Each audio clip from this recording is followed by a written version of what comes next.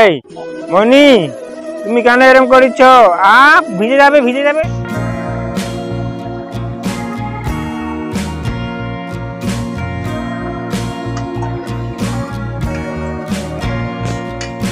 দেখুন কি রকম অবস্থা করেছে, গা কাদা টাদা ভরে কি অবস্থা।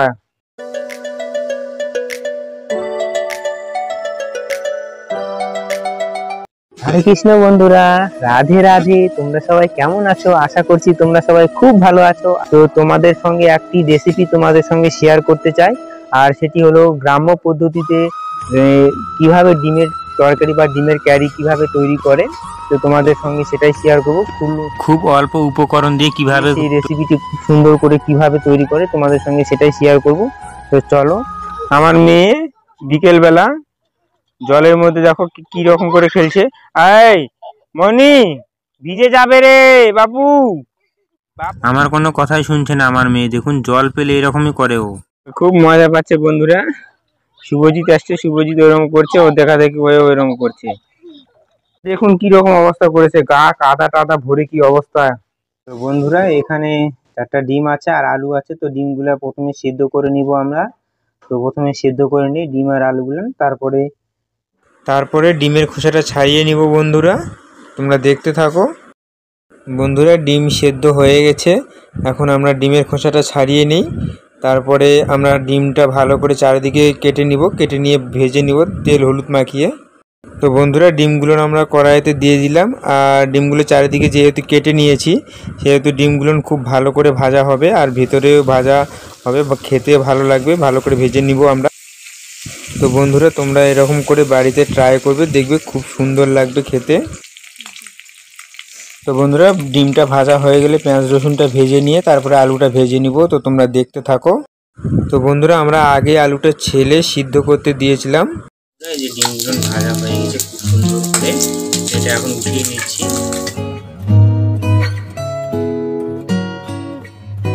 তো বন্ধুরা কেটে রাখা পেঁয়াজগুলো আমরা দিয়ে দিলাম, পেঁয়াজ রসুন। তো বেশি উপকরণ আমরা দিইনি দেখুন। তো এই পেঁয়াজ রসুনটা এখন ভেজে নেব। তো তোমরা দেখতে থাকো।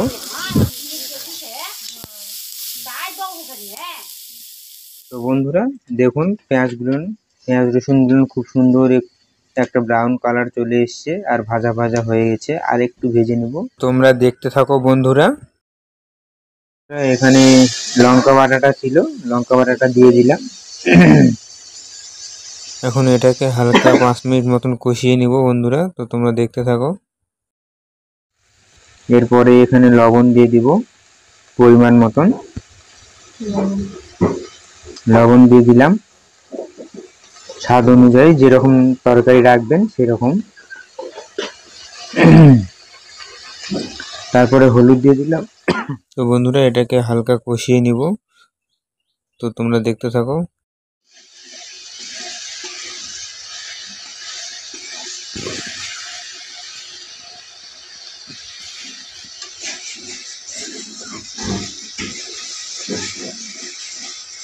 এখন এটা শুকিয়ে যাচ্ছে, তো যার জন্য হালকা লেগে যাচ্ছে। তো এখন পুরো ঘাঁটতে হবে,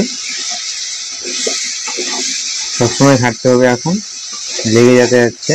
বন্ধুরা এখন আলুটা দিয়ে জল দিয়ে কষিয়ে নিব। এখানে হালকা জল দিয়ে দিয়েছি, জলটা শুকায় নিব, নিয়ে তারপরে এটা ভালো করে আবার কষিয়ে নিব। কষিয়ে নিয়ে, কারণ তরকারি যত কষাবে তত তরকারিটা ভালো স্বাদ হবে, তো খেতেও ভালো লাগবে।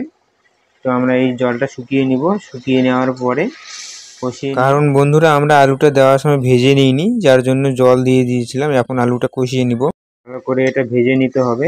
তো তোমরা বন্ধুরা দেখুন কত সুন্দর জলটা শুকিয়ে গেছে, আর কত সুন্দর গ্রেভিটা খুব সুন্দর হয়েছে শুকনো শুকনো।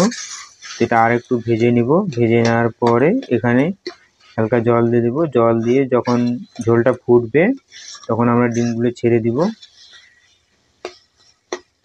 তো তোমরা এইভাবে বানাবে, খুব সুন্দর লাগবে গ্রাম্য পদ্ধতিতে, আর বেশি কিছু উপকরণ এটাতে লাগে না। বন্ধুরা আমরা এই যে ঝোলের যে জলটা, সেই জলটা দিয়ে দিচ্ছি, আর একটু দিয়ে দাও। এটা ফুটবে, বাস এটা ফুটবে। এটা ডিমের পাতলা তরকারি করব এখন।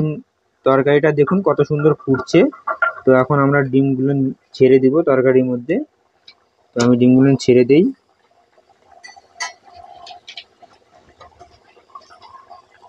একটু নেড়ে দেই।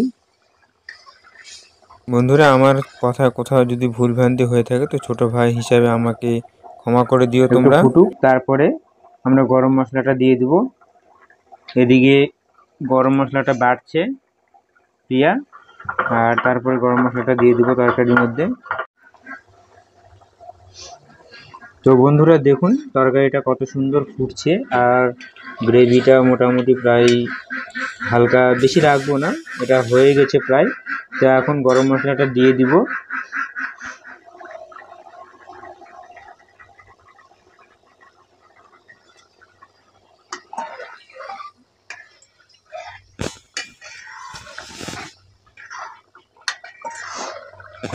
বন্ধুরা 1 মিনিট মতন এটা ফুটিয়ে নিব, তারপর নামিয়ে দিব।